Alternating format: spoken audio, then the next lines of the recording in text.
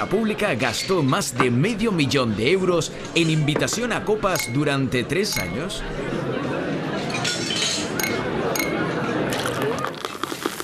A continuación.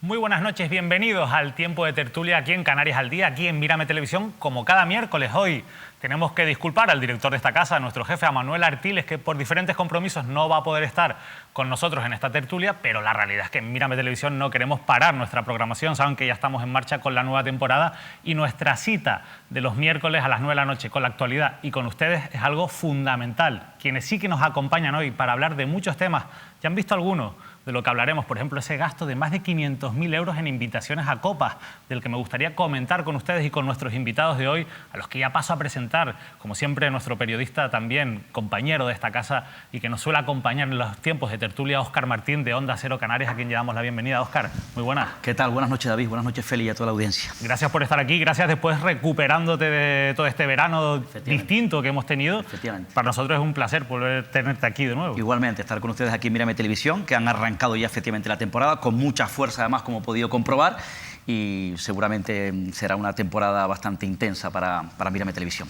Una temporada intensa en Onda Cero, ¿cómo van las cosas? Bien, pues evidentemente ante una situación, en este caso informativa, diferente, ¿no? Y bueno, pues con bastante intensidad y bueno, pues tratando pues cada día, ¿no?, de descifrar, de contar, analizar de manera más cercana todo lo que está afectando a la sociedad canaria en este caso, bueno, pues fruto de esta crisis económica y social que está viviendo esta comunidad autónoma. Pues gracias por estar con nosotros y vamos a dar la bienvenida a otro habitual de esta casa y de esta mesa, Félix Rojas, del digitaldecanarias.net, compañero periodista. Félix, muy buenas. Buenas, David, buenas noches, Óscar. ¿Tú te pones la mascarilla cuando hablas en la radio o no? Sí. Ah, muy bien, así me gusta. Félix, hoy estás contento, creo. Yo estoy muy contento. Tienes motivos para estarlo, ¿verdad? Hombre, claro, primero empezamos con unas copitas y tal, ya de lo más contento y tal. Y estoy contento por la victoria judicial que ha sido para mí maravilloso.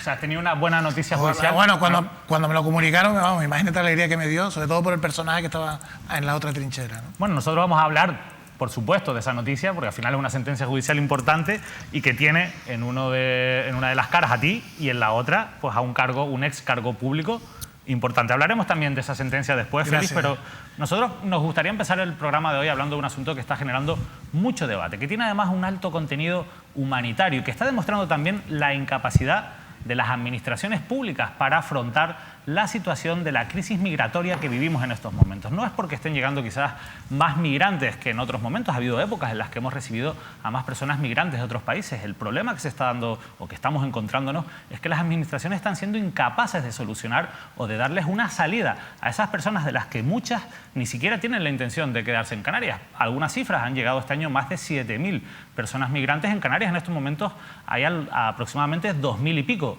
El resto, ¿dónde están? No están en Canarias.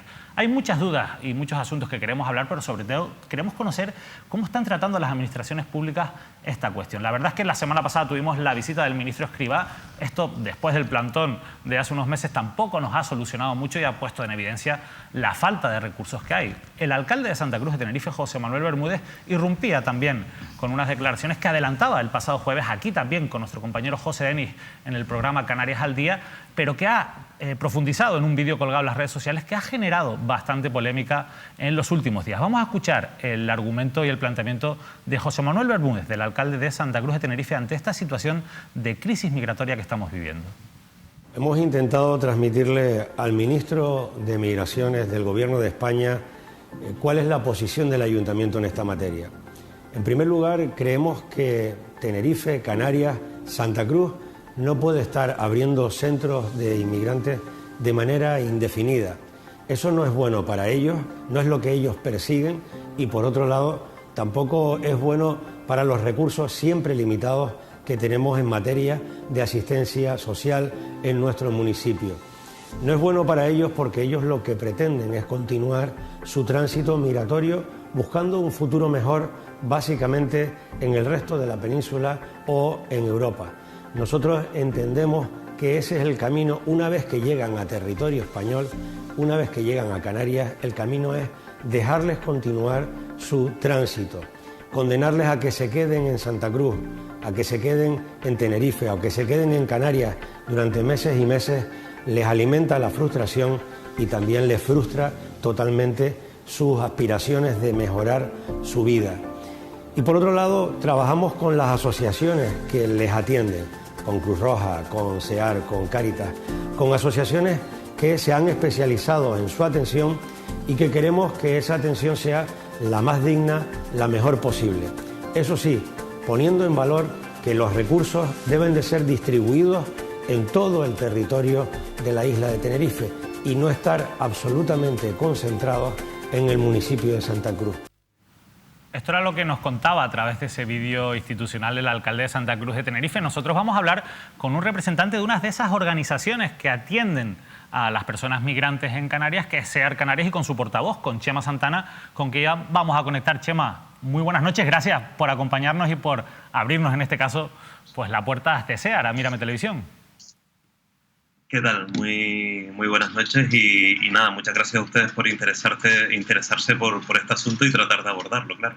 En líneas generales, vamos a hablar en concreto de esas declaraciones del alcalde José Manuel Bermúdez, de esa propuesta de que exista un corredor aéreo que pueda trasladar a las personas migrantes cuando llegan a Canarias, pero en líneas generales, ¿cuál es la situación que estamos viviendo? ¿Es tan extraña, Chema, lo que está ocurriendo en estos momentos?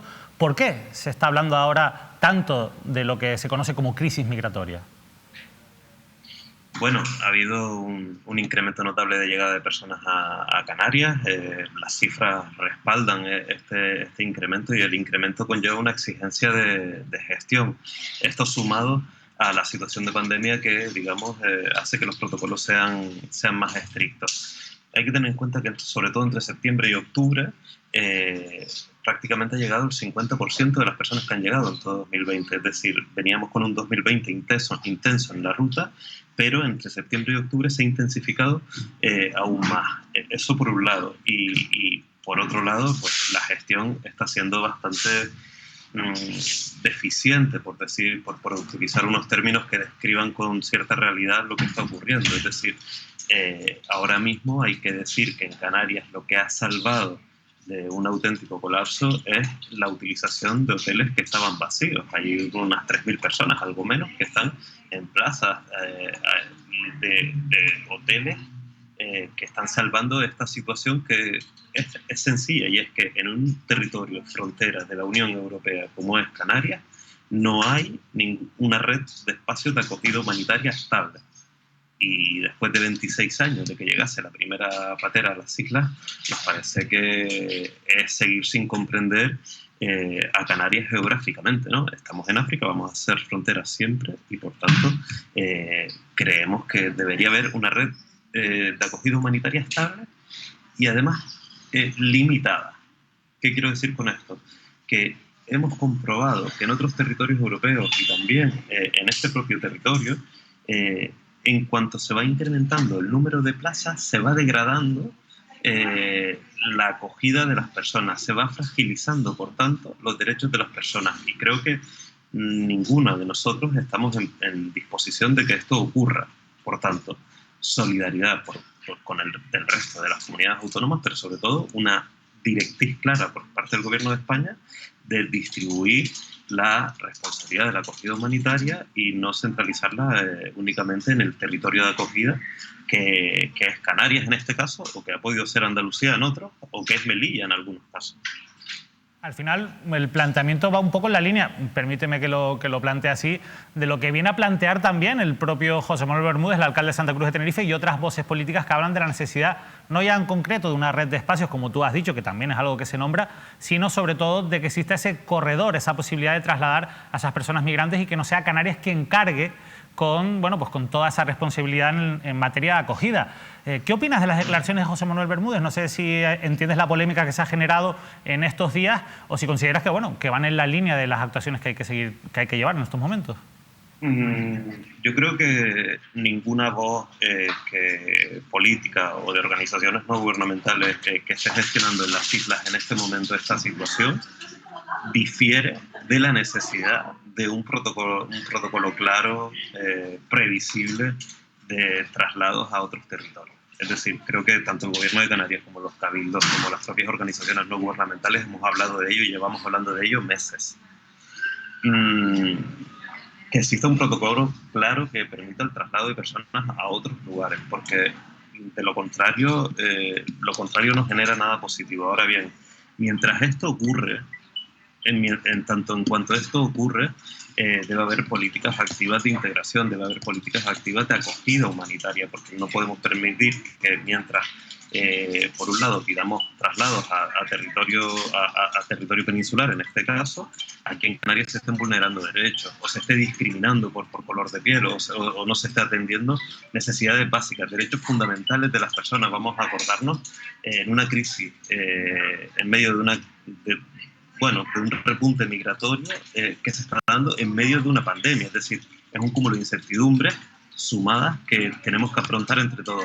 Lo que no puede ocurrir, o no debería ocurrir, o que nadie trate de tener la audacia de que ocurra, es que detrás de este mensaje de necesidad de traslados a la península se escondan otros que tengan que ver más con un rechazo. Es decir, hay que demostrar y hay que sentir que no rechazamos, pero a la misma vez hay que pedir una colaboración o una cooperación para que se establezca un protocolo claro de traslados a la península. Y te digo más, David, en el artículo 144 del Estatuto de Autonomía, y disculpan que cite este texto, que para muchos de los oyentes o los televidentes puede ser un texto aburrido, pero al final es nuestra norma de convivencia. En ese artículo se explicita claramente que Canarias debe estar en los órganos donde se tomen decisiones relevantes en materia migratoria de las islas. Y creo que hay un elemento de inacción que nos está impidiendo acceder a más información y a exigir protocolos claros que nos hagan entender cuál es el plan migratorio para Canarias del Estado español.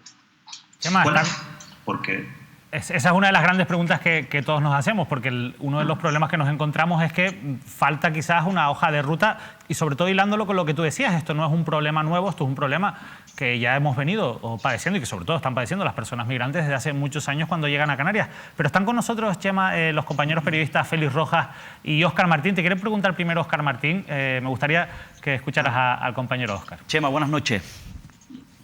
¿Qué tal? Buenas noches. Buenas noches. De luego, evidentemente, aquí se está produciendo algún escenario, algún punto caliente, ¿no?, que preocupa, desde luego, ¿no? Primero, la situación, no sé qué visión tienes, la estampa que se ha estado viviendo durante estos últimos meses en el puerto de Arguineguín, con evidentemente ese esfuerzo tremendo, ¿no?, que está haciendo Cruz Roja, pero a su vez con un conflicto político, las autoridades locales, en este caso la alcaldesa de Mogán, con la delegación del gobierno y el gobierno del Estado, y luego algunos puntos calientes también preocupantes, ¿no?, que altera la situación, ¿no?, que al fin y al cabo los perjudicados son las personas inmigrantes. Por ejemplo, aquella movilización vecinal, ¿no?, inquietante, delicada en San Bartolomé de Tirajana, o por ejemplo el movimiento de unos vecinos cuando Augusto Hidalgo, el alcalde de la ciudad de Las Palmas, visitó estos días un colegio en Lazo donde parece que quiere albergar a un número de inmigrantes. Yo no sé qué valoración o qué lectura haces a esta situación que evidentemente produce tensión y al final pues crea pues algunas sensaciones que pueden ser peligrosas, ¿eh?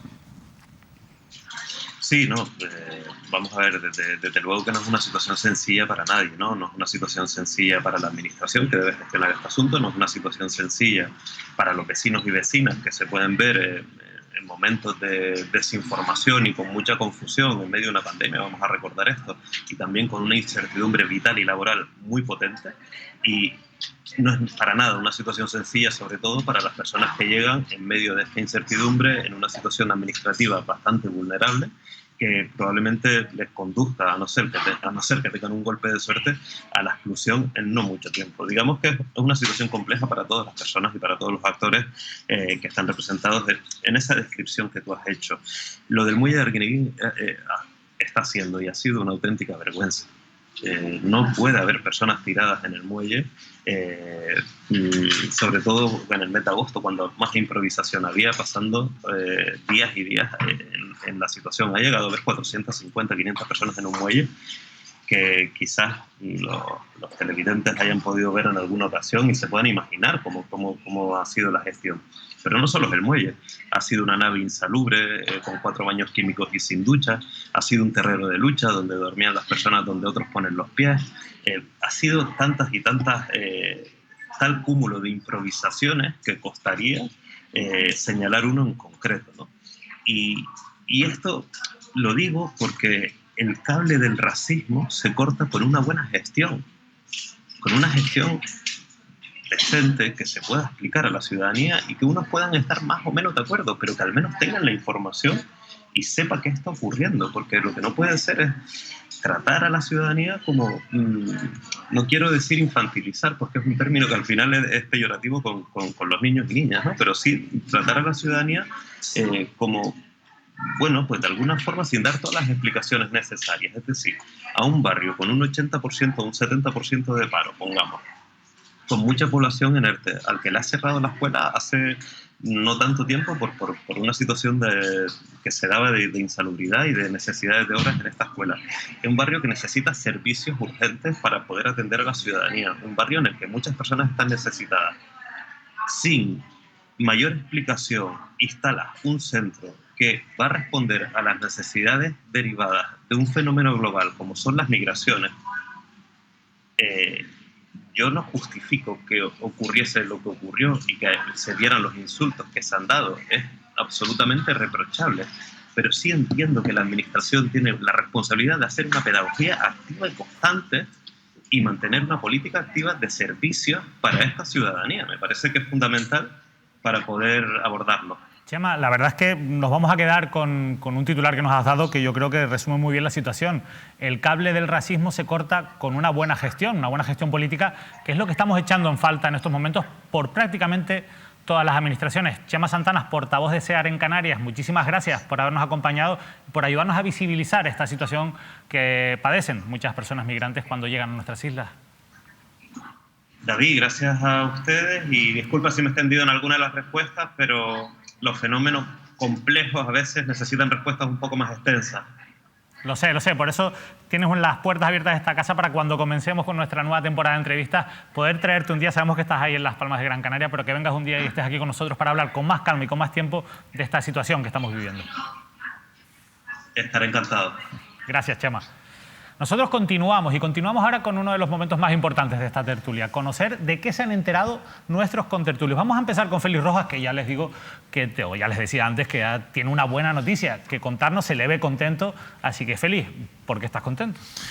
Bueno, porque el año pasado, el expresidente de la Autoridad Portuaria, expresidente del Cabildo, Ricardo Melchor Navarro, nos interpuso una demanda por lo civil, o sea, contra el honor, no penal, donde nos pedía 30.000 euros de indemnización por vulneración a su imagen y a su honor, y publicar el comunicado que él considerase oportuno, la sentencia, en este caso si fuera condenatoria. Bueno, pues hace unos días hemos recibido una sentencia, el juez de instrucción número 2 de La Laguna, una sentencia muy bien trabajada por la magistrada, en la que nos absuelve a Félix Rojas y a Gonzalo Castañeda por unos artículos que publiqué en el Digital de Canarias, y unas intervenciones en Canal 4 Radio, artículos que tuvieron también tú creo que publicaste también numerosos artículos sobre este asunto. O sea, el asunto que provocó todo esto fue la gestión de Ricardo Melchor en la Autoridad Portuaria. Exacto, unos artículos que publicamos, unas ventanas de opinión donde se hablaba de todo lo que está pasando en la Autoridad Portuaria y unas declaraciones que hicimos en la radio sobre todo este asunto. Solo voy a leer el punto quinto de la sentencia. Muy sencillo, dice: por todo ello, la valoración que se hace de la prueba practicada, declaró mucha gente en este juicio, incluso periodistas, funcionarios, personas afectadas al expresidente del Cabildo, que de la prueba practicada no se pueden considerar como pretende el actor, o sea, Ricardo Melchor, que las opiniones de carácter personal y subjetivo controvertidas implican una crítica vejatoria y afrentosa a su persona. Ustedes saben que Ricardo siempre ha cuidado mucho su imagen, ¿no?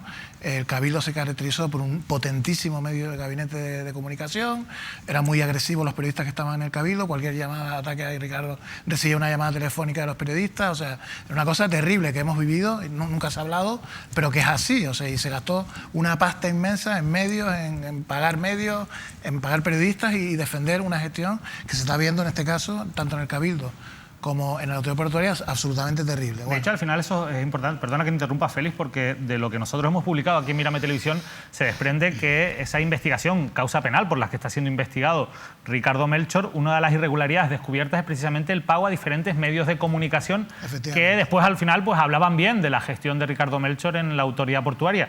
Lo que nos llama la atención es que cuando hay un periodista, en este caso tú y el compañero Gonzalo Castañeda, que opinen dentro de la libertad de expresión que esa gestión no ha sido adecuada, cuanto menos sospechosa, así lo considera la Fiscalía, así lo considera en este caso la justicia, bueno, pues Ricardo Melchor se rebele contra ustedes intentando coartarles esa libertad de expresión. También voy a recordar un incidente gracioso, y es que cuando Tita, la fallecida, que en paz descanse, Tita Díaz, Vicenta Díaz publicó una carta sobre la gestión en carreteras, ¿se acuerdan? Cierto. Que además después derivó en una investigación penal que al final quedó en nada, tristemente, muy tristemente, pero bueno, ya eso es otro asunto que se va a dedicar. Y Andrés Chávez publicó una información sobre ese asunto. Hay un decreto del Cabildo donde Ricardo Melchor ordena a sus servicios jurídicos plantear una demanda contra este periodista. Imagínate que Andrés Chávez y yo estamos en las antípodas, vamos, total. Pero bueno, ahí también hubo una intervención usando dinero público para intentar demandar. En este caso no sé, es una cosa de Ricardo Melchor privada, supongo. Pero entonces dice la jueza que no pudiendo acogerse al planteamiento que hace en su demanda, pues la misma no contiene ni insultos ni expresiones ultrajantes, tratándose más bien de una opinión que, aunque pudiera ser incisiva, entra dentro de los límites tolerables fijados por nuestra jurisprudencia. Esto es importante para muchos periodistas que tengan este tipo de problemas, acogerse a esta sentencia. Teniendo presente, repetimos, el contexto del que nos movemos, máxime, cuando no consta que existiera un especial ánimo de injuriar al demandado, y teniendo en cuenta la base en la que sustentan las opiniones, ya que por estos mismos hechos existen numerosos procedimientos judiciales contra el actor. No tengo nada más que decir. Óscar, la verdad es que bueno, siempre es una buena noticia que se garantice la libertad de expresión en sentencias judiciales, ¿no? Efectivamente, y que hay que aplaudir efectivamente una sentencia de este tipo, ¿no?, que defiende la libertad de expresión, que apoya el derecho de la información, el derecho a la información, y que desde luego, bueno, pues en este caso, bueno, pues visualiza, ¿no?, cuando el poderoso, ¿no?, algún poder público de estas características trata de coartar la libertad de información, como le ha ocurrido a Félix Rojas y a Gonzalo Castañeda. No absorbe de todos los planteamientos de la demanda y condenan costas a Ricardo Melchor. Pero es que además, el problema es que siguen habiendo problemas en la autoridad portuaria. El nuevo presidente, Carlos González, se apoya en el equipo de Ricardo Melchor, que dejó Ricardo Melchor. O sea, y sigue la misma situación. El que ha sido en este caso designado sigue la misma situación terrible para limpiar, evidentemente, la misma todo situación terrible, y además hay una gran sospecha con determinadas adjudicaciones del presidente de la autoridad portuaria, de Carlos González, a una empresa muy importante de la península. O sea, después de la época de Ricardo Melchor, no mismo. Actuó ni Pedro Suárez del Partido Popular, ni el Carlos González, ni el elegido del PSOE. Bueno, lo de Pedro Suárez es una cosa ya escandalosa, pero bueno, también lo asombroso de Carlos González, que estaba en Costa, que supuestamente es un funcionario, que tiene un carácter más técnico y tal. El delegado pues de Costa. Peor que Ricardo Melchor. Igual, la secretaria de Ricardo Melchor es la misma secretaria de Carlos González, o sea. Realmente, hoy hablaremos de otras muchas administraciones donde está ocurriendo esto, ¿no?, que hay personas que, aunque llegan, se producen cambios en la cúpula política, el funcionariado, las personas que toman decisiones o que hacen una gestión más directa de los recursos públicos siguen siendo los mismos. Yo no sé esto cómo va a afectar o no realmente a esa limpieza de las administraciones que nos han prometido también muchos partidos que ahora han llegado nuevos al poder. Y eso está ocurriendo también, salvando las distancias, en la Consejería de Sanidad, donde también están volviendo muchas personas que vienen, bueno, pues de un pasado vinculado con el anterior gobierno y con Coalición Canaria. Y también es cierto que dentro de la Consejería de Sanidad, dentro de algunos hospitales, se están produciendo conflictos, como por ejemplo el que creo que nos quieres contar hoy, ¿verdad? Sí, efectivamente. En este caso, bueno, pues hay un cierto malestar que nada tiene que ver, evidentemente, con esta situación de COVID que estamos viviendo, pero sí entiendo yo además también que sí directamente con la carga que pueda haber en los hospitales.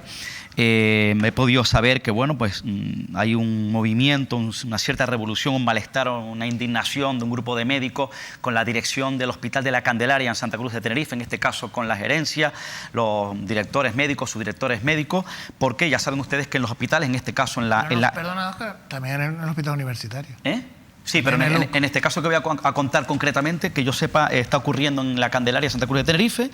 Saben que se han creado, bueno, en el Hospital de la Candelaria hay unos comités de especialistas, de especialidades. Son comités que, bueno, que tratan, se reúnen, que están formados por distintos médicos de distintas especialidades para afrontar el día a día, tratamientos, las intervenciones, las actuaciones, por ejemplo, en distintas patologías relacionadas, gran parte de ellas con oncología. Están los comités de tumores, comités de COVID, colon, comités de pulmones, ¿no? Y ahí pues están representados distintos médicos, ¿no? Ellos han pedido, ellos pusieron sobre la mesa que, bueno, que las actuaciones, las reuniones, en este caso, y bueno, pues protagonizar este tipo de actuaciones concretas se produjesen por las mañanas, de entre las 8 y 9 de la mañana, para a partir de esa hora, pues ellos, cada especialista, ¿no? Cada médico, ejercer su servicio en cada especialidad ordinaria del hospital. Y parece ser que, bueno, ese planteamiento lo rechaza la gerente del Hospital de la Candelaria e impone, según me cuentan a mí,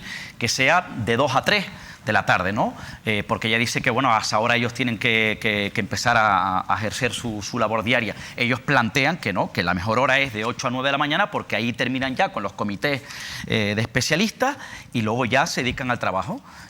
Pero ella considera que no, que tiene que ser a las 2 de la tarde, y ellos plantean que a las 2 de la tarde es arriesgado, no vaya a ser que evidentemente estén en alguna intervención y tengan que, evidentemente se alarga y no pueden parar esa intervención para asistir a esa conformación de comités insisto, de colon, de páncreas o de pulmón, ¿no? Y se crea pues un cisma porque ellos consideran que lo está imponiendo. ¿Qué ocurre ante esa situación?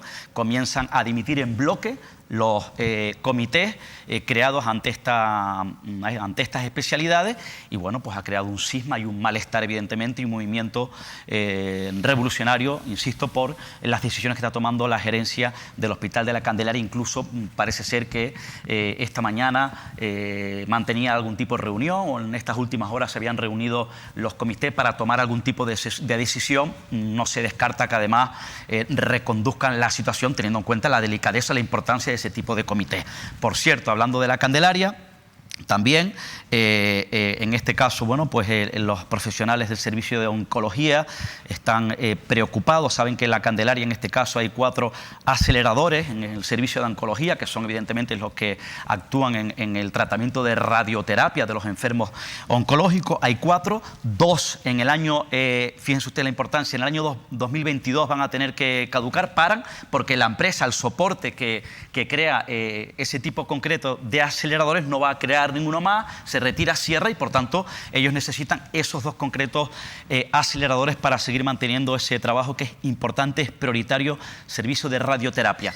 Ya lo sabe evidentemente la dirección del centro. La Candelaria ha remitido todo el papeleo, todos los trámites, la documentación a la Consejería de Sanidad, y están preocupados porque no hay ningún tipo de noticia. Consideran que se ha dormido Sanidad, que no actúa, que no reacciona. No quiere decir evidentemente que lo tengan en cuenta, pero evidentemente ha pasado mucho tiempo y no ha reaccionado. ¿Por qué es importante? Porque evidentemente el hecho de que 2022 se queden sin esos 2 aceleradores, me cuentan que los médicos, por ejemplo, con los 4 aceleradores trataban hasta 1.500 personas, cuando lo mínimo es 1.000, e incluso dejando de hacer otras labores, ¿no? Por eso la importancia. Y piden celeridad porque el retraso puede ser bastante largo. Primero, el concurso, adjudicación, desinstalarlos, instalarlos, adecuarlos en los búnkeres. Por tanto, que reaccione la Consejería de Sanidad, porque esto es prioritario. Que está Conrado Domínguez, que es el gran solucionador. Conrado lo arregla rápido. Si es un concurso de adjudicación a empresa, dinero, no te preocupes, dile que no se preocupe, lo tendrán seguro. Yo lo digo porque evidentemente para que reaccione ante lo que ha solicitado la documentación que ha trasladado a la Candelaria, por la importancia que tienen este tipo de aceleradores. Radioterapia, nada más y nada menos. ¿Quién es Conrado Domínguez? Que mucha gente no sabrá quién es.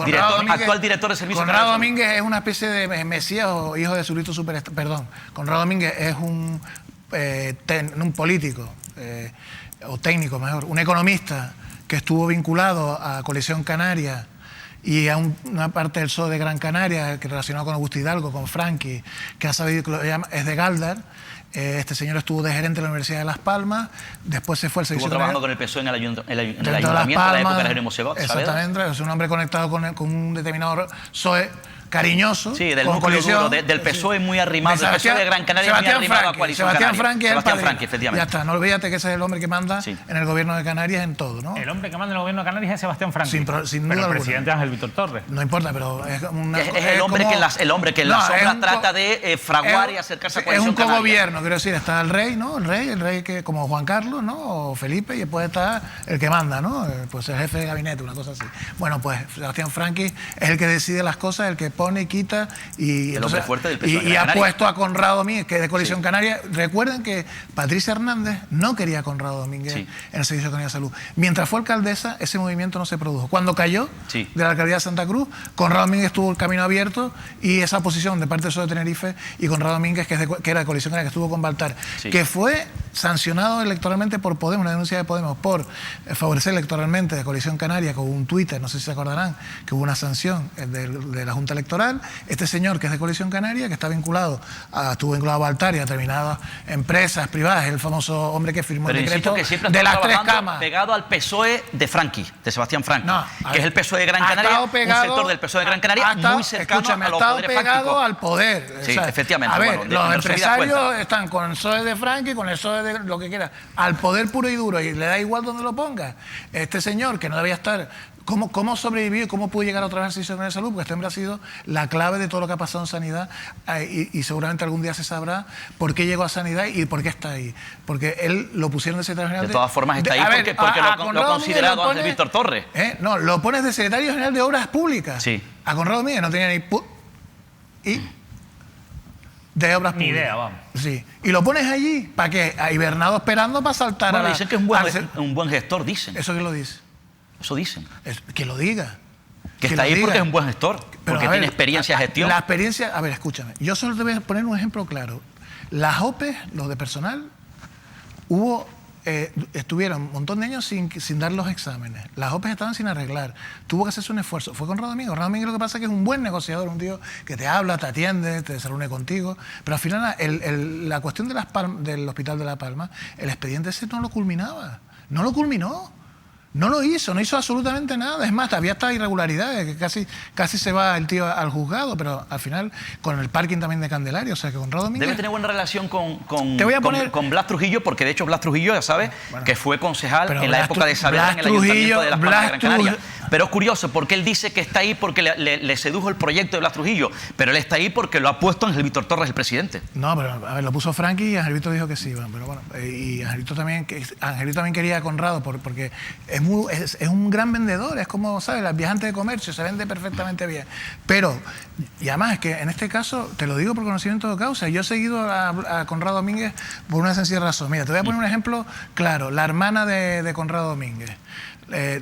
Ustedes saben que la hermana de Conrado Domínguez estuvo contratada sucesivamente en la Universidad de Las Palmas de Gran Canaria como profesora asociada en la época de Conrado Domínguez. Bueno, pero eso es habitual. Sí, pero la hermana de él y él de gerente. Bueno, la hermana, bueno, pues habrá hecho méritos para No, ello. no, son contratos a dedo, no hace falta méritos. Los encadenó durante todo tipo, hasta la oposición. En la oposición, ¿saben la famosa cuestión de la oposición? Que es la hermana de Conrado, que dice que es una gran profesional. Bueno, pues esta señora tiene una empresa con otra chica de Galder, una empresa de fisioterapia.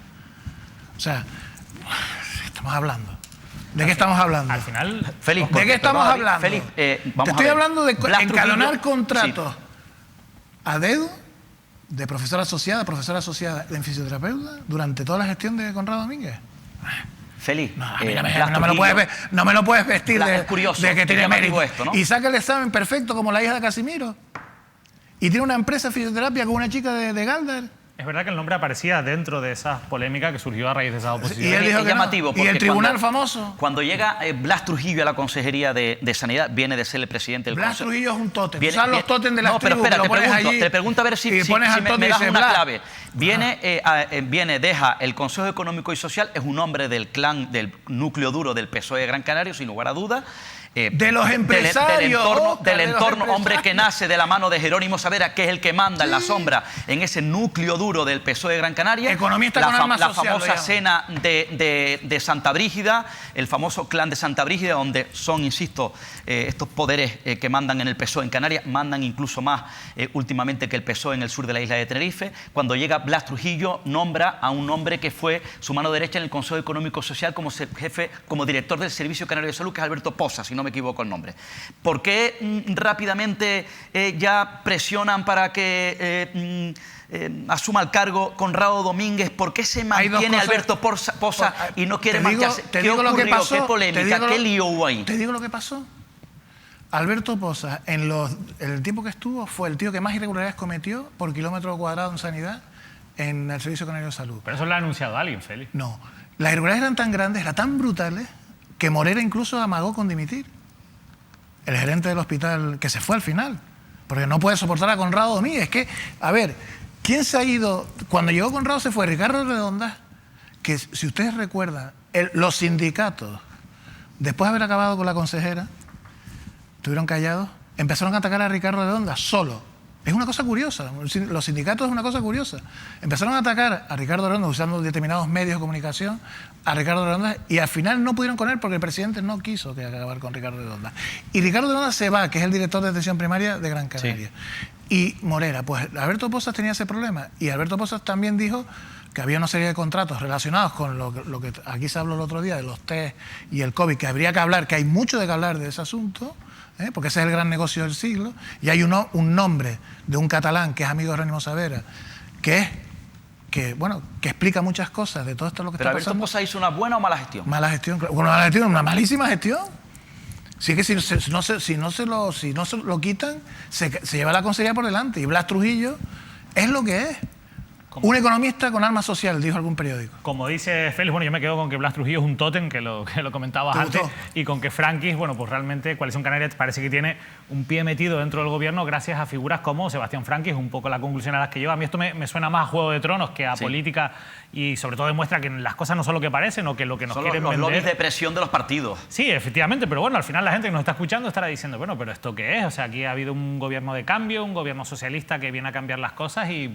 por lo que estamos hablando aquí, estamos muy parecidos a como estábamos y si pues, hace Ángel 4 Víctor años. Torres, si Sebastián Franqui le dice que quiere ahí poner al que estaba de número 2 como secretario general técnico, pero si Franqui dio una entrevista... el propio Conrado Domínguez en la Consejería de Obras Públicas y Ángel Víctor Torres le dice no acepta alguna propuesta de Sebastián Franqui, se rompe el pacto. Pero escúchame... Se rompe el pacto. Franqui dijo en prensa que él veía un pacto con coalición... Lo rompe el núcleo duro de Gran Canaria, que es Sebastián Franqui. Pero Franqui dijo en la provincia que quería pactar con Coalición Canaria. Pues mira. Lo dijo públicamente, pero es que estamos hablando de cosas y de hecho que están en los medios. yo estoy convencido que la cantidad de cargos internos de Coalición Canaria que continúan en el gobierno son evidentemente fraguados, primero Casimiro Curbelo por un lado, Román Rodríguez por otro, Sebastián Franqui por otro. Pero, son los que tienen la herramienta para con el PP fraguar un pacto y reventar políticamente a Ángel Víctor Torres. Guía de comprensión de los movimientos estamos hablando. La provincia del día, Tiempo de Canarias, Francisco Chabanel, y ahí tienen todas las claves. O sea, bueno, seguro que en los medios de comunicación hay muchas claves en todos los sentidos, pero... pongo en el sentido de que estamos hablando de esas informaciones relacionadas con Franqui. Vamos a cambiar de asunto porque yo me apunté aquí Sebastián Franquis y Blas Trujillo, entre paréntesis, tótem, para las próximas entrevistas que tengamos que hacer, porque la verdad es que me parece muy interesante lo que ustedes han dicho. Pero hablabas un poco de lo que se publica en la prensa y lo que nosotros hemos visto, una noticia que nos ha llamado la atención en algunos medios, lo hemos visto en el periódico El Día, pero también en este titular que rescatamos de nuestro compañero del periódico planetacanario.org, de nuestro compañero Vicente Pérez, el juez cita a declarar a 2 imputados por los vertidos en el polígono de Güímar, incluidos 2 alcaldes y 2 exalcaldes. Esta noticia es importante porque tiene que ver con un asunto que hemos tratado aquí en extenso durante mucho tiempo, porque nunca, mejor dicho, si hay algo que huele mal en la isla de Tenerife, es esta cuestión de los vertidos del polígono industrial de Güímar, que como saben, en general Tenerife y Canarias suspende año tras año las diferentes medidas y directrices marcadas por la Unión Europea a la hora de la depuración de aguas. En ello se está trabajando, pero aquí el asunto va mucho más allá, porque después de que se recogiera la gestión que llevaba una asociación mixta del polígono industrial de Güímar por parte de los 3 ayuntamientos implicados, el Ayuntamiento de Arafo, el Ayuntamiento de Güímar y el Ayuntamiento de Candelaria, bueno, pues empezó a hacer la vista gorda con una serie de vertidos contaminantes, como así ha quedado demostrado en diferentes estudios que realizaban varias empresas instaladas en el polígono industrial de Güímar. Esa pasividad, esa inacción de las administraciones públicas es lo que ha dado pie a una causa penal que se ha abierto a raíz de una denuncia de Si Se Puede y que está generando en estos momentos pues una investigación extensísima y que en estos momentos pues también ha provocado que sean citados a declarar pues 12 personas, entre ellos algunos destacados dirigentes políticos. A mí me gustaría también compartir con ustedes algunas cosas importantes. Nosotros hemos tenido acceso al auto judicial para motivar, o en el que se motivan que esas citaciones para que declaren algunos altos cargos políticos y también algunos técnicos, y nos llama la atención que en ese auto se da una clave fundamental, y es que si bien ya sabíamos que esas empresas o empresas del polígono de Güímar habían contaminado las aguas con sus vertidos, lo que no se sabía y por lo que estábamos esperando era por un informe pericial que demostrase o que dijese si esos vertidos eran contaminantes hasta el punto de ser perjudiciales o de poner en riesgo la salud de las personas. Pues bien, el primer resultado provisional de ese informe pericial que ya recoge el auto es que hay un riesgo evidente, es la palabra que emplea el juez, un riesgo evidente para la salud de las personas con esos vertidos que se produjeron durante muchos años y que en principio ahora están más controlados. A mí también del auto judicial, que insisto, nos cuenta o nos demuestra que efectivamente existió un riesgo para la salud de las personas, yo les voy a contar las personas que han sido citadas y que van a tener que ir a declarar, porque yo creo que es importante poner los nombres sobre la mesa. Para el juez, lógicamente, lo es, porque tienen que ir a declarar, pero también el de algunas empresas que forman parte de ese polígono y que, evidentemente, bueno, pues también son responsables de lo que ha ocurrido, ¿no? Porque entre ellas hay empresas tan conocidas como JSP, que, bueno, pues una empresa muy importante instalada en el polígono industrial de Güímar, y otras que, insisto, en el auto se destacan como las empresas más contaminantes en cuanto a vertidos. Son IFCO, José Sánchez Peñate, JSP, Roparren, Aluminios Cándido y TEN Asfalto. Sin embargo, esta causa penal no va contra las empresas, no va contra estas empresas a las que, insisto, no han multado, no han sancionado como deberían las administraciones públicas para evitar esos vertidos. Va contra los políticos que lo permitieron. ¿Y quiénes son esos políticos? Pues desde José Juan Lemes, exalcalde de Arafo, Rosendo Elías Batista, exteniente de alcalde también del Ayuntamiento de Arafo, o Luis Domingo Barrero Farrera, también teniente de alcalde o tercer teniente de alcalde en su momento del Ayuntamiento de Arafo y ex concejal de urbanismo. Quería apuntar algo. Sí, el segundo fue concejal de urbanismo del Ayuntamiento de Arafo y el segundo, Luis Ferrer, es ahora concejal de urbanismo del Ayuntamiento de Arafo, con el nuevo alcalde. Rosendo Elías. Rosendo primero fue concejal con Juan Lemes y el segundo está ahora con el actual alcalde. Que de momento, eso sí, el actual alcalde quiere decir que no está siendo investigado porque Juan Ramón Martín. Juan Ramón Martín, porque esto se remonta antes, insisto, José Juan Lemes, el anterior alcalde, Rosendo Elías Batista, Luis Domingo Marrero, de Candelaria, atención, José Gumersindo García, el exalcalde de Candelaria, que fue condenado en su momento por un delito de prevaricación, el que era su mano derecha, Domingo Ramos, ex concejal de urbanismo. Pero también Mari Brito, la actual alcaldesa, entra en condición de imputada, de investigada y tendrá que declarar, al igual que el que fuera su concejal de urbanismo, Fernando Alduán Guerra.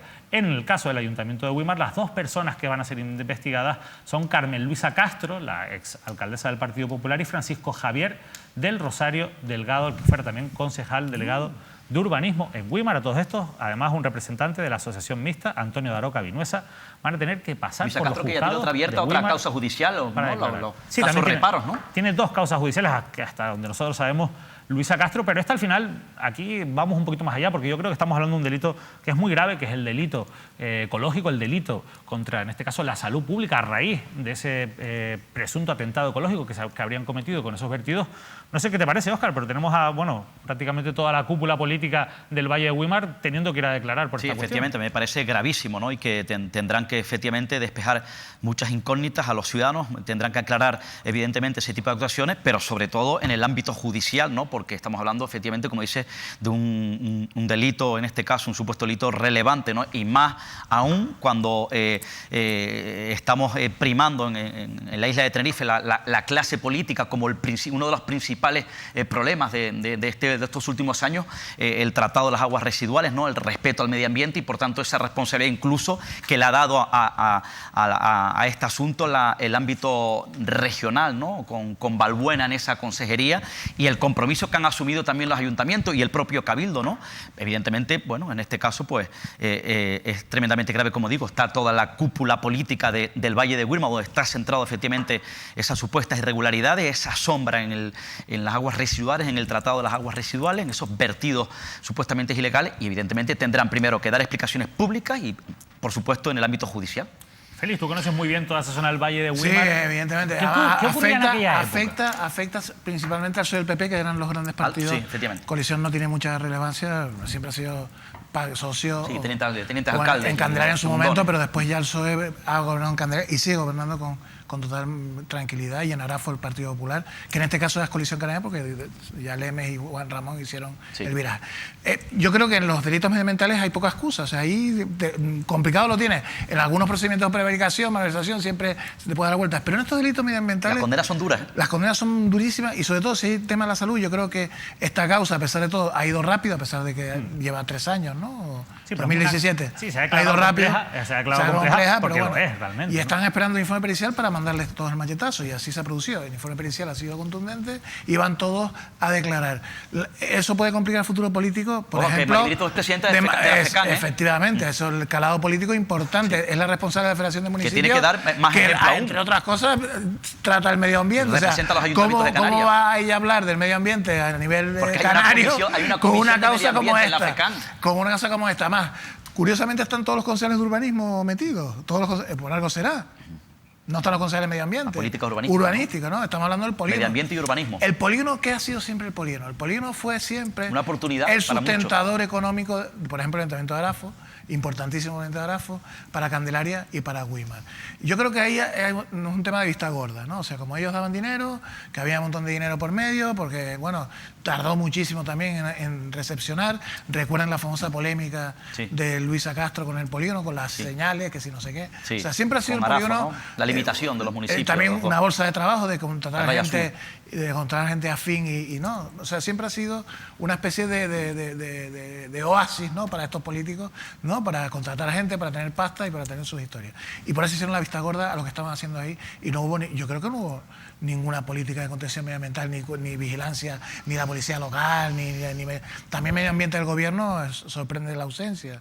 Nadie dijo nada, la viceconsejería, no sé por qué. Cuando tienen que actuar de oficio, el Seprona, ¿dónde estaba el Seprona? Sí. Me pregunto, y son preguntas que uno se hace, ¿no? ¿Cómo pudo en este momento este carnaval de libertad de atentar contra el medio ambiente y entrar con esos vertidos que uno cuando iba al polígono se daba cuenta, ¿no? Incluso, ¿no? Además, todo lo que han sufrido muchos nuestros espectadores cada vez que han ido a bañarse. Hemos visto cómo se han cerrado incluso muchas playas de ese litoral. Y la alarma que se creó por culpa de los vertidos. Y JSP es el que produce Millac, la leche más famosa de Canarias. José Estamos hablando de algunos empresarios importantes. José Peñate, está pasando una época difícil. Unos tíos más ricos de Canarias y muy amigos de José Carlos Francisco.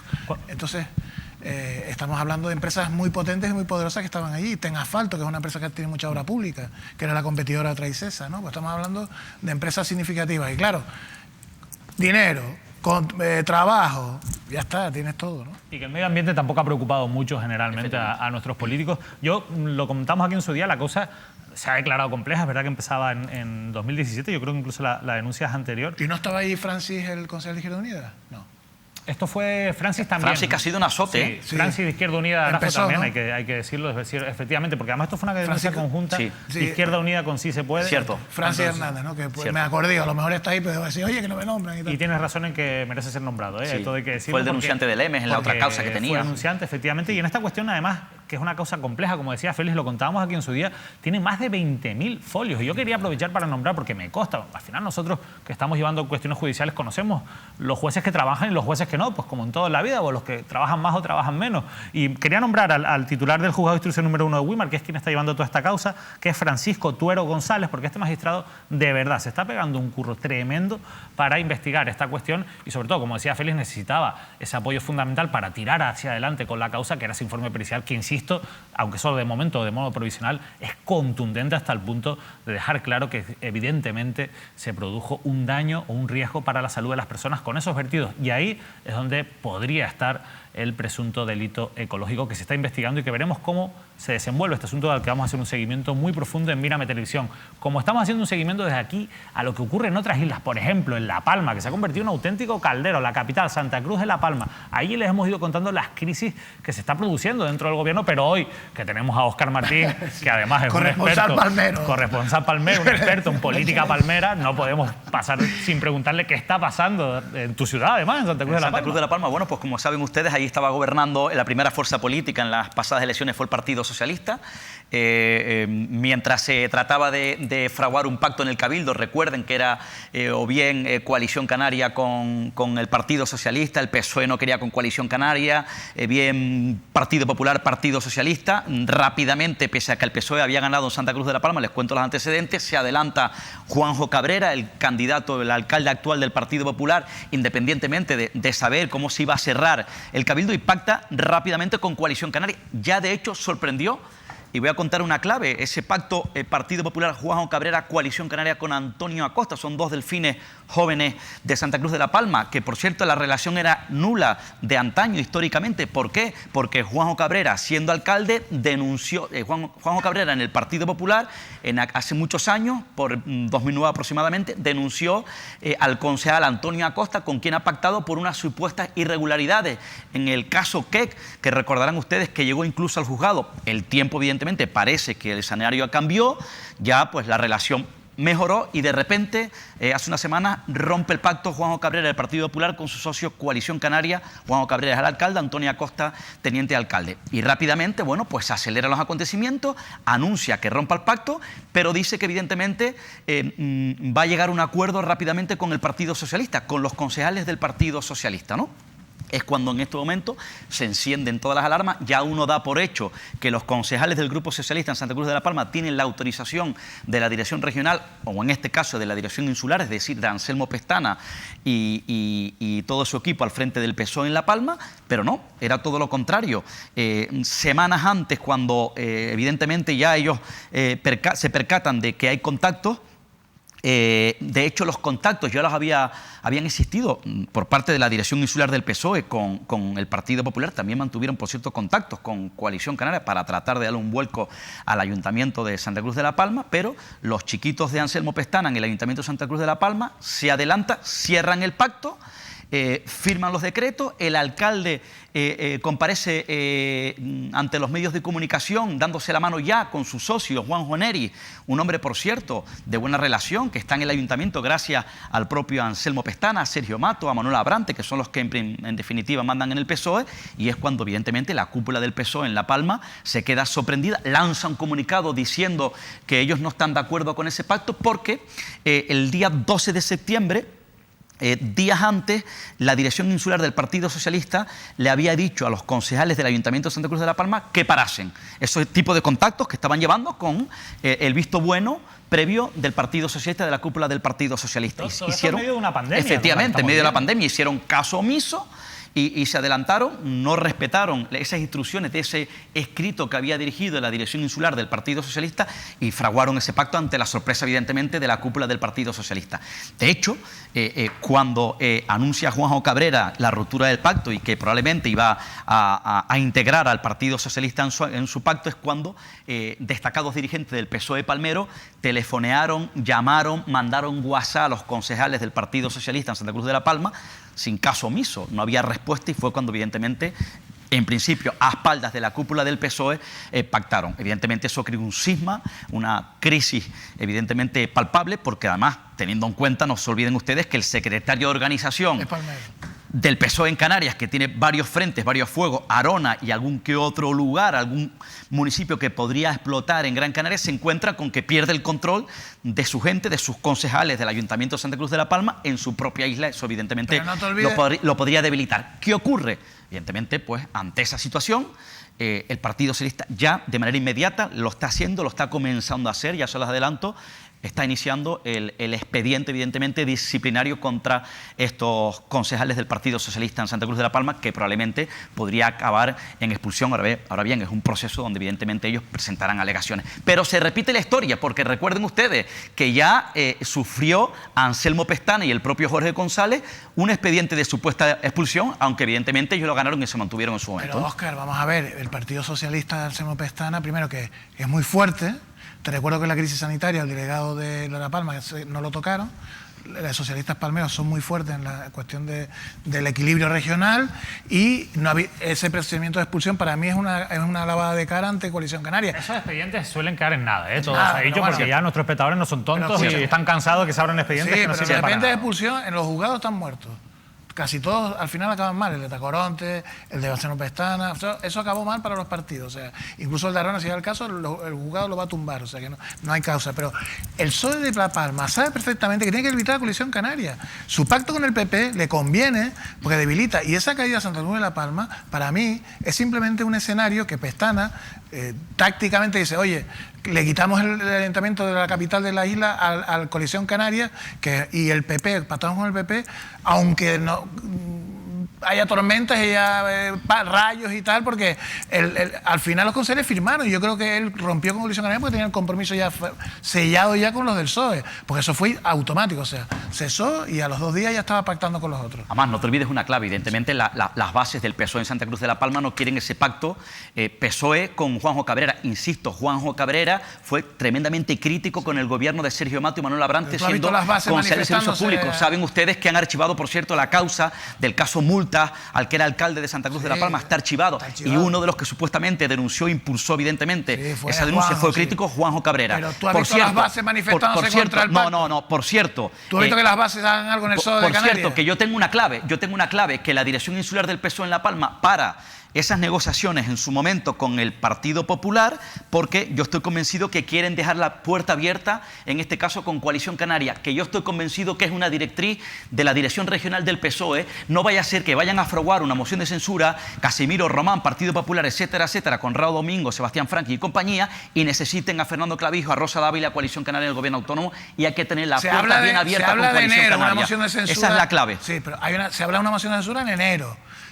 Vamos, ahora me sacan aquí un tema de la moción de censura y me están trastocando todo el guión. Es que tiene que ver con esa clave, evidentemente, de Santa Cruz de la Palma. Y Valle Gran Rey. Claro, ¿por qué? Valle Gran Rey empezó en Valle Gran Rey, que tú también eres medio gomero. Sí. Valle Gran Rey, la moción de censura de Valle Gran Rey, ¿quién la pacta? Nueva Canarias y Sí, efectivamente, Caruelo. Casimiro Curvelo. ¿Y a quién echaron? Al del PSOE. Al PSOE. Cierto. Al PSOE, que el PSOE estaba aislado por la regional, porque incluso hubo una reunión en la claro, Gomera, estaba en le ese impidieron proceso la de entrada expulsión también. a Christopher Marrero y a la Cierto. gente a una reunión que fue en San Sebastián de la Gomera. Le dijeron Cierto. que no, a pesar de que el juzgado En julio. tumbó. ¿Y quién era la abogada? No la dejaron entrar, por ¿Quién cierto. es la abogada de Christopher Marrero? Sandra Rodríguez. Exactamente. Juan Fernando López Aguilar. Esa reunión se celebró en San Sebastián de la Sí, Gomera en junio. y no Por lo cierto, dejaron yo estaba en entrar. San Sebastián de la Gomera y me vi de lejos al propio alcalde con otra concejal y había una reunión, evidentemente, donde no lo había dejaron ido entrar. Jorge González, Y el Nira secretario de Fierro. organización, y el hombre fue a intentar Y Nira Fierro. apaciguar y no lo dejaron entrar a la reunión. Entre los chiquitos de Anselmo Pestana Sí. que nombraste tú y bueno, algunas perlas que nos ha dejado también aquí Félix, yo la verdad que con la sensación que me quedo es que mientras que hay una pandemia tremenda y estamos en una situación excepcional, los políticos, ya lo vimos en Santa Cruz, lo estamos viendo en Santa Cruz de la Palma, y por lo que nos cuentan, parece que lo vamos a ver más adelante, ellos siguen a lo suyo y lo que están haciendo es moverse las sillas para conseguir el poder. ¿Eso no es así? Sí, por cierto, que dos, Juan Joneri, que es ahora el teniente alcalde, y otra chica, creo, no, y otro chico, son los que pertenecen, en este caso, a la ejecutiva municipal del PSOE en Santa Cruz de la Palma. El resto eran independientes de la lista, porque el candidato que no salió, bueno, fue la primera fuerza política, pero luego dimitió. ¿Quién era? Sergio Mato. Elías Castro. Elías Castro, después de la marcha, vale. después de la marcha, Sergio Mato. ¿Quién es Elías Castro? En la época de Patricia fue director general de transporte. Sí. ¿De dónde viene Elías Castro, aunque sea palmero? Del núcleo duro del PSOE de Gran Canaria. Llevamos una hora de programa ya, se me está haciendo corto, pero yo creo que es un buen momento para parar y descansar. Félix, rápidamente, un titular rápido, sin desvelarnos nada de lo que vas a contar después. ¿De qué va tu segundo me he enterado? De que en la pandemia es mejor ya tener un móvil de 1.000 pavos. Un móvil de 1.000 pavos. O casi 1.000. Sí, para las comunicaciones es mejor tener móviles de alta gama que otra cosa. Hablaremos de ese gasto en móviles de alta gama, pero también de esas invitaciones a copas de las que les hemos estado contando en nuestras diferentes redes sociales y a lo largo del programa de hoy. Todo eso después de un pequeño descanso y volvemos con nuestros contertulios que ya ven que están on fire, están a tope.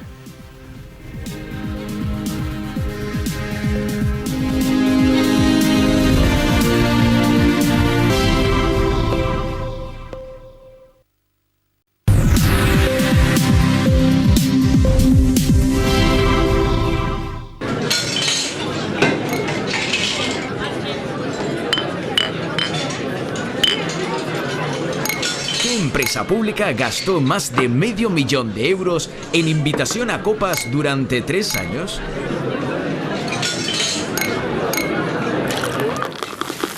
A continuación.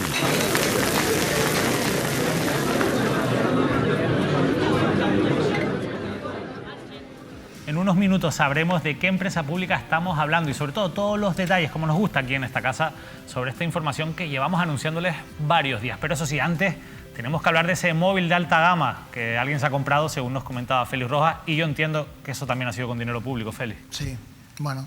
Sí, ¿no? Sí, esto es un contrato menor del Gobierno de Canarias, de Presidencia del Gobierno, Secretaría General.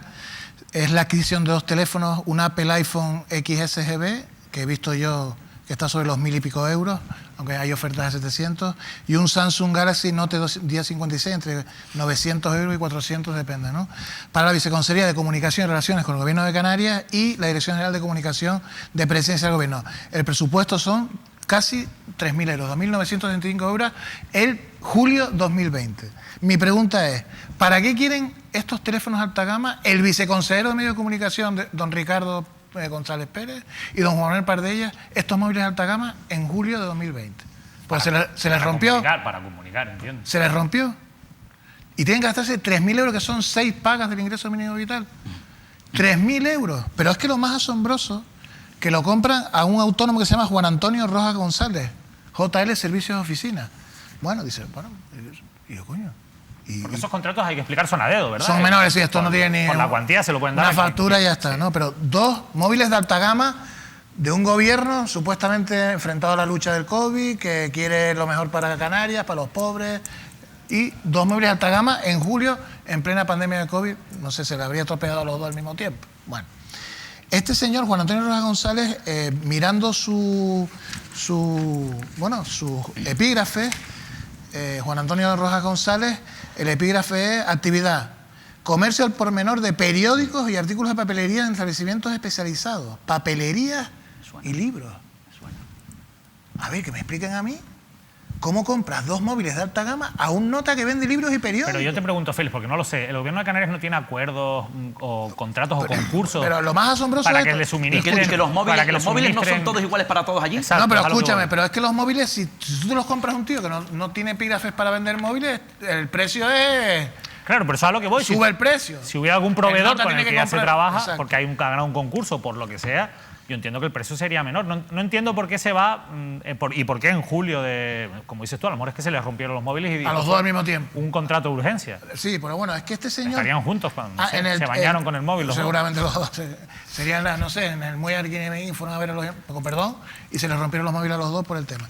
Con un alias bueno, o si quizás por lo quieren cifrado para que la Guardia Civil no los investigue. Pero es que este señor, este autónomo, que es de La Laguna, ya tenía un contrato con la Consejería de Educación de Deportes del 3 de diciembre de 2019, en el que compraba material de libros y periódicos, etc. Un contrato adecuado. Pero este contrato anterior me sorprende que lo tenga y que, sin embargo, también se dedica a vender móviles. Cuando es verdad, es que me miré todos los epígrafes del autónomo, el 5943, el 4762, y todo, y no había ninguno, había de todo menos móvil. Entonces yo digo, el señor viceconsejero de Comunicación de Relaciones con los Medios, que cuando lo llamas, estás llamando un móvil de 1.500 pavos.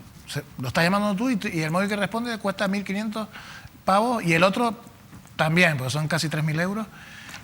Y el director general de comunicación compra un móvil a un librero. No sé, me parece muy fuerte. Y encima que lo hagan en julio en la pandemia. ¿Qué pasa? Los móviles que tienen no les sirven. Hay personal de confianza, muchas administraciones que no piden los móviles. Hay gente que sigue usando el móvil. Yo tengo aquí este de 89 euros, un Alcatel, 89 euros.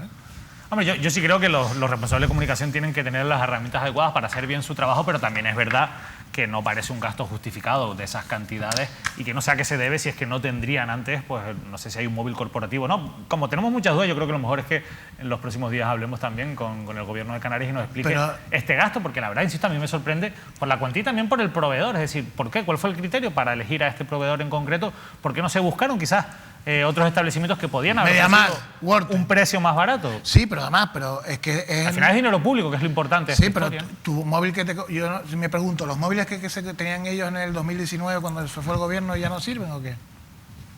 No lo sé. ¿Tu móvil cómo va, Óscar? El mío a veces muere y nace, pero... A lo mejor está justificado. Cambiando móviles cada X tiempo, pero nada. A lo mejor yo soy mala gente y está justificado llevar un móvil de alta gama como los iPhone estos. Hombre, a mí lo que no me gusta es que eso se pague con dinero público. Son 3.000 euros. A lo mejor está justificado. Es un precio muy alto. Es un precio muy alto. Para mí los móviles 3.000 euros me parece mucha gente que se gaste 3.000 euros. ¿Y tú sin WhatsApp? Ya, bueno, pero oye, porque sin WhatsApp también se vive bien, la verdad. Y mira, escapando que voy, y bueno, y así estoy menos localizable, que a veces eso también se agradece, ¿no?, en esta profesión. Pero fíjense, vamos a seguir hablando de dinero público. A mí voy a seguir tirando de ese asunto, Félix, porque me interesa mucho ese caso móviles, vamos a llamarlo así, en el sentido de que no tenemos muy claro por qué se han comprado esos móviles, por qué ahora, y por qué las mismas dos personas en ese momento al mismo proveedor, ¿no? Y sobre todo los precios. Al final es dinero público y eso está muy relacionado con lo que vamos a hacer ahora, o de lo que vamos a hablar ahora, pero antes, ¿qué mejor que un brindis?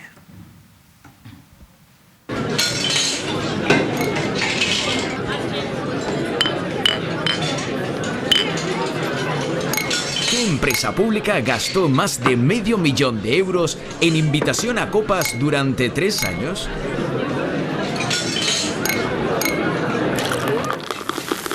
A continuación.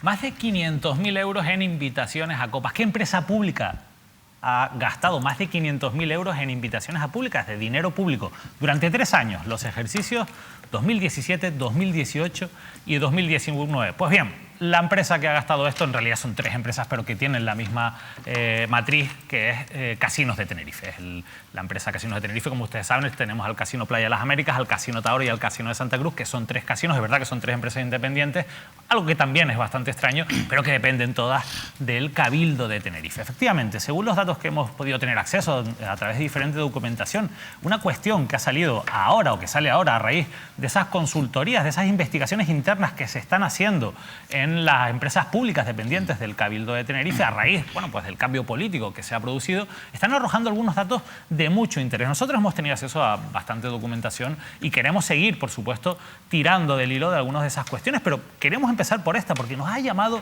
mucho la atención. Más de 500.000 euros en invitaciones a copas. Hemos empezado a preguntar si esto es habitual, que una empresa de casinos haga esto, y nos cuentan que sí, que evidentemente en los casinos suele ser habitual que cuando tienes buenos jugadores o jugadores que son muy habituales, clientes VIPs, vamos a decirlo así, pues se les haga una invitación a una copa. Se le invita a una copa porque se están gastando mucho dinero. Claro, aquí, sin embargo, estamos hablando de mucho dinero, de más de $500 000 euros, y estamos hablando de dinero público. Al final, que una empresa privada gratifique a sus mejores clientes es normal.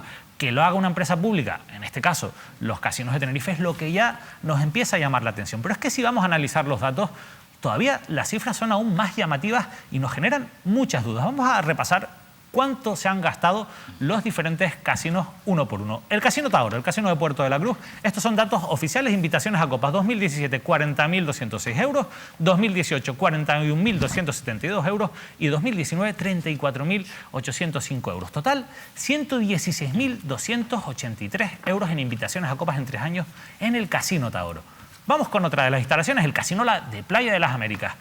2017, 61.534 euros. 2018, 45.799 y 2019, 45.016, 152.350 euros en total. Y vamos con el tercero de los casinos, el Casino de Santa Cruz. Y aquí es donde salta la sorpresa, porque a pesar de ser el casino con menos actividad de negocio, con menos clientes, además con diferencia, es el casino que más gasta en invitar a copas. Y esto es algo que todavía, para lo que no hemos encontrado respuesta. 2017, 91.632 euros. 2018, 87.930 y 2019, 83.609 euros. Total, más de 263.000 euros en invitaciones a copas durante 3 años. Fíjense ustedes, estos gastos tan importantes, y tienen los totales para que comparen y vean la diferencia. Realmente es sorprendente porque la suma de los gastos en invitaciones de copas del Casino Taoro y del Casino de las Américas prácticamente es similar a la del Casino de Santa Cruz de Tenerife. Y nosotros hemos querido ir a buscar los datos porque, oye, ¿cuántos clientes tienen de media estos casinos? Porque al final, si estos son gastos a determinados clientes VIPs, por lógica, tendría que tener más gastos en invitaciones a copas aquel casino que tiene más actividad y que tiene más clientes. Pues bien, los clientes de media, esto es una media al mes, son datos de 2017 que hemos conseguido. Por ejemplo, el Casino de Playa de las Américas tiene 13.600 clientes de media cada mes, 13.600, por lo menos en 2017. El Casino Taoro, 6.975 clientes de media al mes. El Casino de Santa Cruz de Tenerife, el que más gasta, con diferencia, 3.200 clientes al mes. 3.200 clientes al mes frente a los 13.000 del Casino de Playa de las Américas y a los casi 7.000 del Casino de Playa Taoro. Pero es que también, si vamos al importe de la cifra de negocios, vemos que hay una diferencia tremenda. En 2019 la cifra de negocios, por ejemplo, del Casino de Taoro el importe neto de la cifra de negocios fue de 5 millones de euros.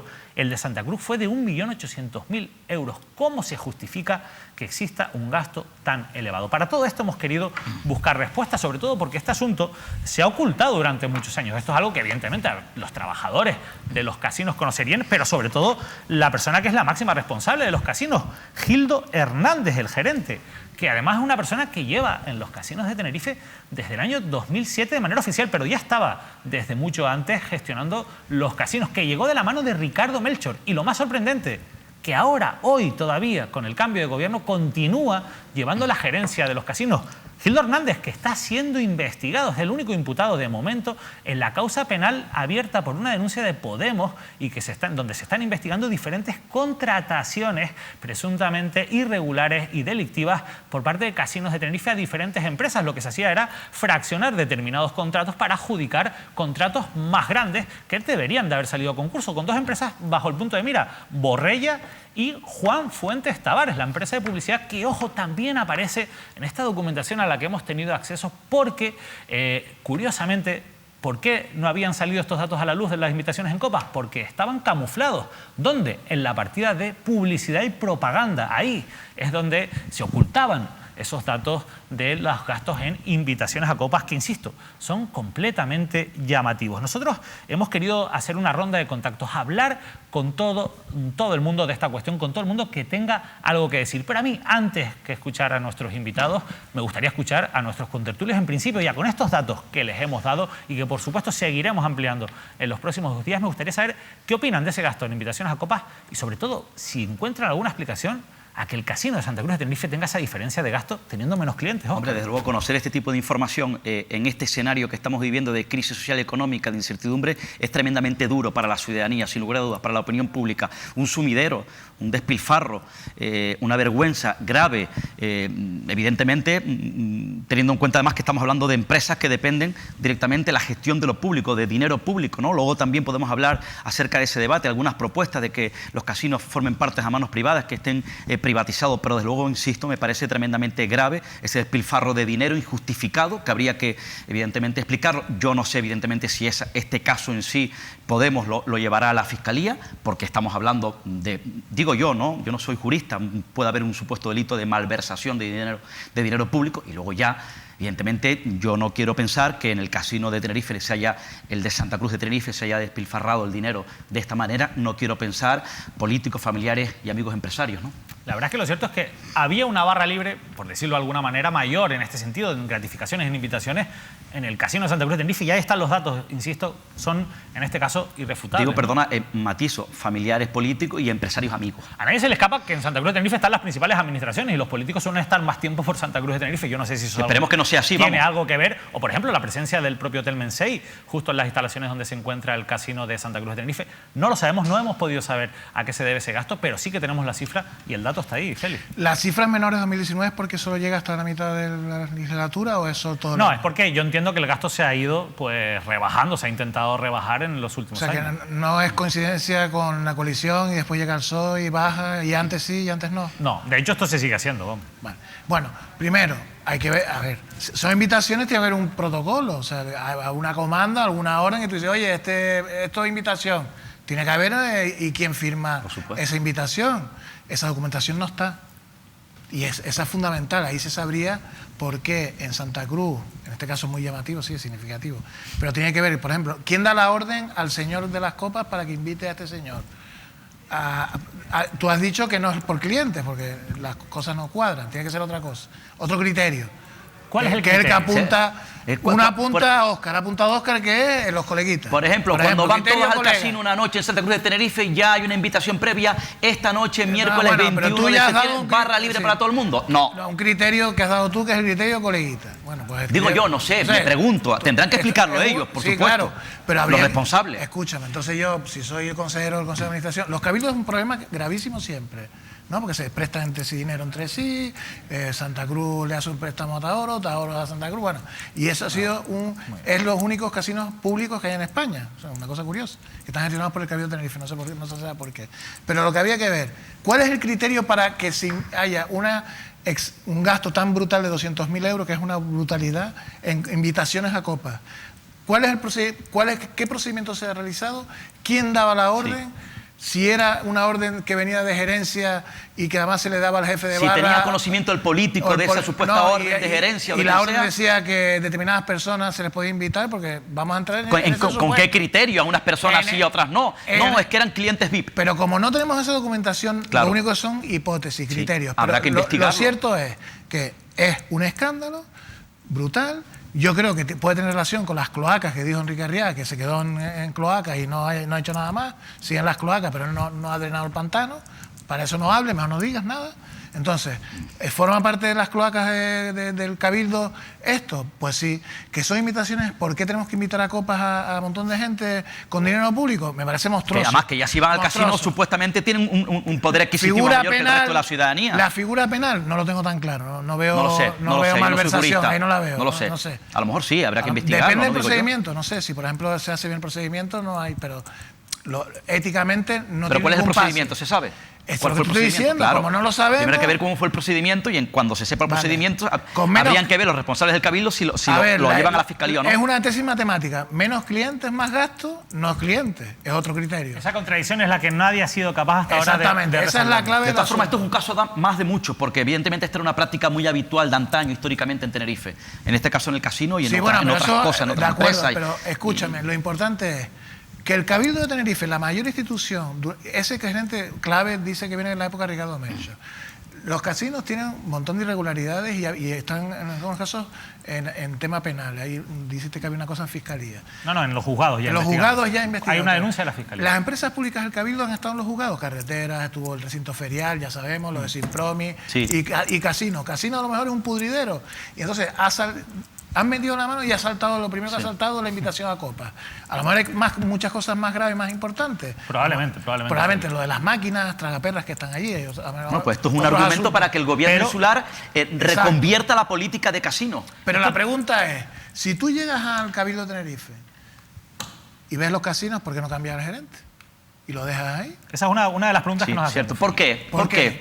Esa es la pregunta. ¿Por qué lo dejas nota ahí, sabiendo todo lo que hay? Vamos con preguntas y vamos con protagonistas porque hemos querido, insisto, testar la opinión de las personas que están en estos momentos con puestos de responsabilidad en el Cabildo de Tenerife y que también se encuentran dentro del Consejo de Administración de los casinos de Tenerife. Por ejemplo, la portavoz de Si Podemos Canarias, de la Corporación Insular, es María José Belda y ya está con nosotros. María José, buenas noches y muchas gracias por atendernos en este programa para hablar de este asunto que para nosotros es muy importante porque lleva un trabajo que hemos realizado detrás, así que gracias por estar con nosotros. Sí, buenas noches, David. Gracias a ustedes por invitarme a estar en el programa. Sí. Sé que conocías esta noticia, que al menos la conocías, no sé si en este grado de profundidad, porque esto se trató en un consejo de administración de los casinos. ¿Cuál es la posición o cuál era la opinión de Podemos o de Si Podemos Canarias una vez que se han analizado todos estos datos que hemos contado aquí en Mírame Televisión? Sí, mira, David, nosotras ya en el anterior mandato fuimos las que llevamos a Fiscalía la gestión que hay detrás de la contabilidad de casinos. Y bueno, nosotras, yo no sé si te ha llegado, pero tanto en comisiones plenarias como en los plenos, venimos pidiéndole al grupo de gobierno que presente en Fiscalía todas aquellas irregularidades que se están encontrando dentro de las diferentes empresas participadas por el Cabildo, no solamente en casinos, ¿no? Y ante esta información, bueno, pues llama mucho la atención lo que ustedes están analizando, ¿no? Que no solamente se gaste dinero público en copas, que se nos haya dicho y se nos haya discutido si los casinos daban beneficios o no daban beneficios cuando se ha podido gastar $500,000 en 3 años en copas, sino que también el Casino de Santa Cruz sea precisamente el que más gasto tiene en invitación, ¿no? Parece algo incoherente, pero sabemos dónde puede estar la coherencia. ¿Dónde puede estar esa coherencia, María José? Bueno, pues habrá que ver quiénes... Yo es que la verdad es que no he asistido nunca a un casino, entonces no puedo decir quiénes visitan el Casino de Santa Cruz, ¿no?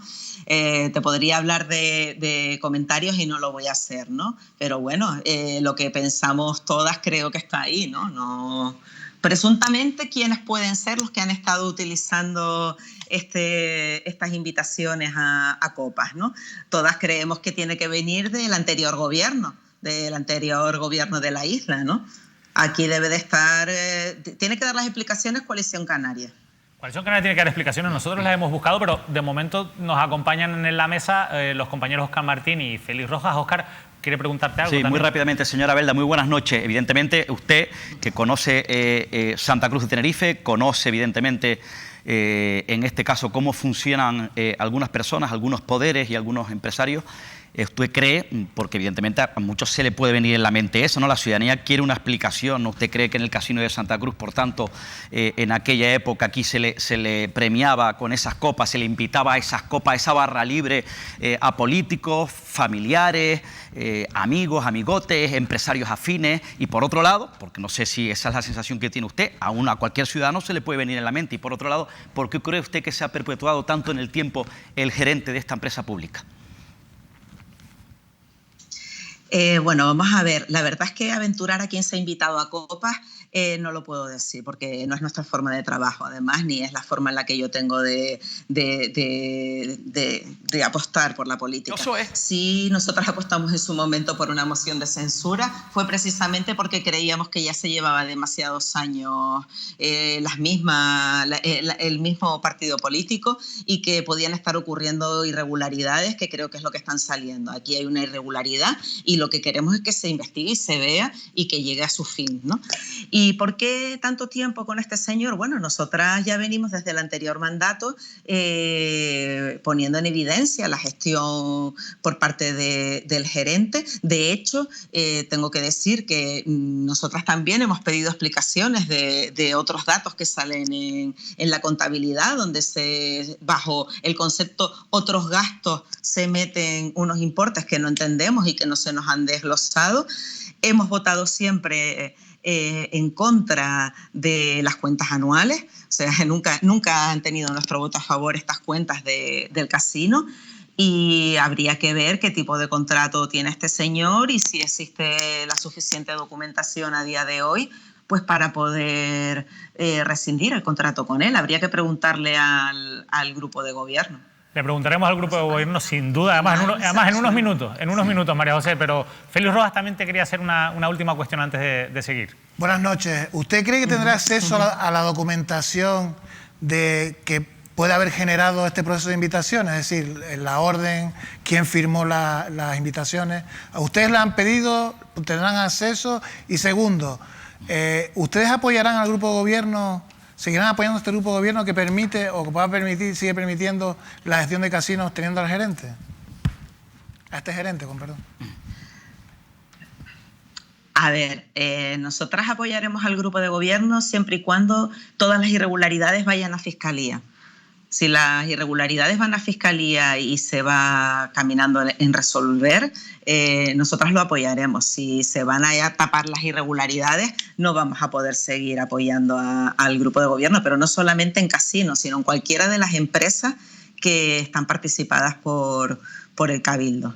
Y espero que sí podamos tener la documentación y no solamente acerca de quién firma y quién no firma sobre estas invitaciones, sino, como les comentaba, de otros gastos que se nos presentan como otros gastos y que no sabemos qué lleva dentro, dónde está el desglose, ¿no? O sea que esperamos y así lo exigimos dentro de... Hasta la fecha, después del último Consejo de Administración, no nos ha llegado el desglose de lo que hemos pedido. Una última pregunta, no tiene nada que ver con las invitaciones. ¿Usted sabe si alguna de las empresas de Cabildo tiene causa de disolución de la empresa? ¿De las 3 de casinos? Perdona, que no entendí. Si sabe por la ley de sociedades que alguna de los casinos tiene causa de disolución. ¿No me escuchó? ¿Alguna de las 3 tiene causa de disolución? Si alguno de los 3 casinos, causa de disolución. Sí, porque... Que yo sepa, que tenga yo en este momento información, ¿no? María José Belda, muchísimas gracias. No sé si estamos hablando de... Sí. No, iba a decir que... No sé, si no tiene el dato, estoy seguro de que ahora que Félix lo ha apuntado, que yo, que conozco a Félix, le puedo decir que si dice algo es porque algo habrá escuchado o algo habrá visto. Probablemente ustedes se pongan en la pista y ya podremos saber en una próxima ocasión si existe alguna empresa de casinos de Tenerife en causa de disolución, que apuntaba Félix. María José, muchas gracias por habernos atendido y por habernos arrojado un poquito más de luz sobre esta cuestión que, como decimos, vamos a seguir tratando en próximos programas. Gracias a ustedes, David, y un saludo a todas. Buenas noches. Buenas noches. Apoyaremos al grupo de gobierno si lleva las irregularidades a la Fiscalía. Esto es lo que ha dicho la portavoz del grupo de Sí Podemos Canarias en el Cabildo de Tenerife. Por cierto, un dato importante. Estos gastos de los que hemos hablado, más de $500.000 de euros en invitaciones a copas, se producían mientras el gobierno del Cabildo de Tenerife sacaba a la venta los casinos, entre otras cosas justificándolo por precisamente las pérdidas de algunos de los casinos, como por ejemplo el Casino de Santa Cruz de Tenerife. Curiosamente, en aquella época los trabajadores se manifestaban. Lógicamente, sus puestos de trabajo siempre han estado un poco en peligro, Óscar. Llama la atención que mientras se usaban las pérdidas para justificar la venta, después se gastaron estas cantidades. Sí, efectivamente, ¿no? Es una contradicción que cuanto menos sospechosa e inquietante, ¿no? Por cierto, en aquella época, si no me equivoco, habría que ver el año concreto, Coalición Canaria gobernaba con el Partido Socialista, si no me equivoco, ¿no? En estos últimos años también, ¿no? Sí, sí. Habría que preguntar si el PSOE aquel de Aurelio Abreu, con ese acuerdo, Carlos Alonso, Coalición Canaria, tenía constancia de esto. Vamos a seguir porque la verdad es que nosotros, como digo, hemos intentado hablar con todo el mundo. Por supuesto, hemos intentado hablar con Coalición Canaria. Al final, quien tenía la presidencia del Consejo de Administración era el propio Carlos Alonso, el expresidente del Cabildo de Tenerife, y todavía hoy un miembro destacado de la Corporación Insular, pero no hemos podido, no nos han querido atender, por lo menos en estas conversaciones, en estas videollamadas que mantenemos con nuestros invitados, algo que para nosotros es una pena, porque al final el kit del periodismo, como ustedes saben, es poder preguntar y repreguntar, pero sí que nos han atendido, lo cual agradecemos, y nos han enviado un comunicado, una nota de prensa en la que muestran su posición. Obviamente yo no les voy a leer toda la nota de prensa porque es muy larga. Ellos han tenido la oportunidad de entrar aquí y explicarle y tener más tiempo, pero sí que les voy a contar los 4 puntos en los que se resume esta nota de prensa. Lo primero que dice el grupo de Coalición Canaria es que este tipo de prácticas son legales y habituales en todos los casinos, que son prácticas comerciales que se realizan en este tipo de negocios. Esto evidentemente es así, pero también es verdad que la diferencia entre casinos del Cabildo y el resto de casinos es que los casinos del Cabildo, el dinero que manejan es dinero público, es dinero de todos. Yo creo que es un factor a tener en cuenta, sin duda. El segundo punto de este comunicado: el Consejo de Administración de los Casinos aprobó las cuentas esos años y en el Consejo estaban Coalición Canaria, PSOE, Partido Popular y Podemos. Esto es cierto, pero también es cierto que algunos grupos, en este caso nos lo ha explicado María José Belda, votaron en contra de esas cuentas. E insiste el comunicado en que las cuentas estaban auditadas y aprobadas y que no hay ninguna ilegalidad ni irregularidad. Bueno, eso lo tendrán que decir los informes y, por supuesto, las instancias judiciales, los informes que se están pidiendo ahora, porque las auditorías que se hicieron en su momento eran bastante, yo se los puedo decir personalmente que las he consultado, eran bastante pobres y bastante poco transparentes y no llegaban a detalles como, por ejemplo, esto que se ha conocido ahora a raíz de los nuevos informes. Por tanto, tampoco me parece a mí que las auditorías puedan ser una prueba, una garantía de nada en esta situación. En cualquier caso, insisten en minimizar la cifra y hablan de que las cuentas cifran el gasto en invitaciones en torno a los 150 o 175 euros diarios.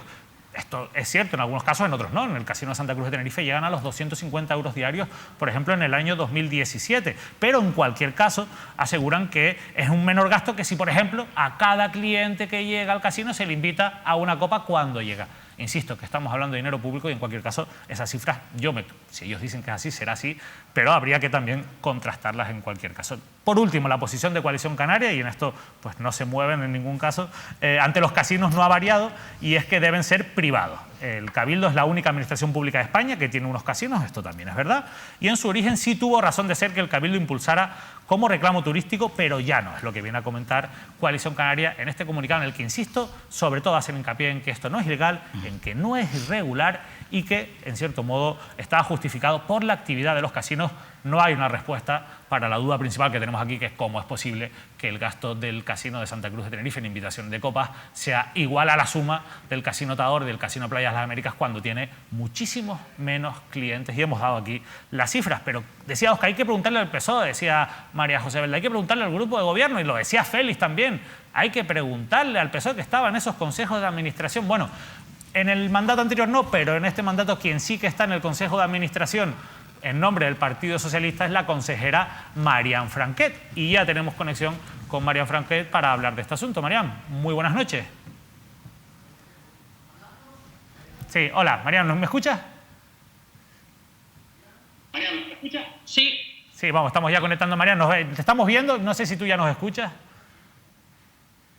No sé si tú ya nos escuchas. Sí. Entiendo que sí, hay un poquito de retardo. No sé si me escuchas tú a mí, pero yo sí te escucho. Yo te escucho, hay un poquito de retardo, pero bueno, yo creo que lo podemos ajustar.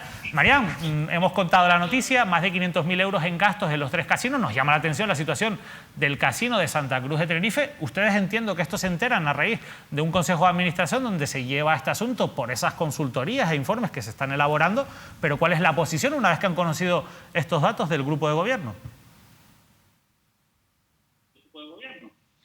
Bueno, realmente nosotros estamos haciendo consultorías prácticamente en todo el sector público del Cabildo de Tenerife.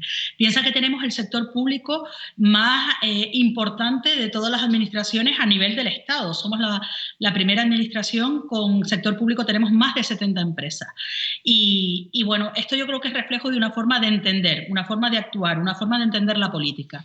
Porque sin cuestionar que el procedimiento sea legal, lo que sí que nos parece es que éticamente no es aceptable, porque esto no es un casino cualquiera, no es un casino privado, estamos hablando de fondos públicos, estamos hablando de dinero público y es una forma de entender la forma de gestionar que desde luego no compartimos, estamos muy lejos de compartir esta forma de gestionar.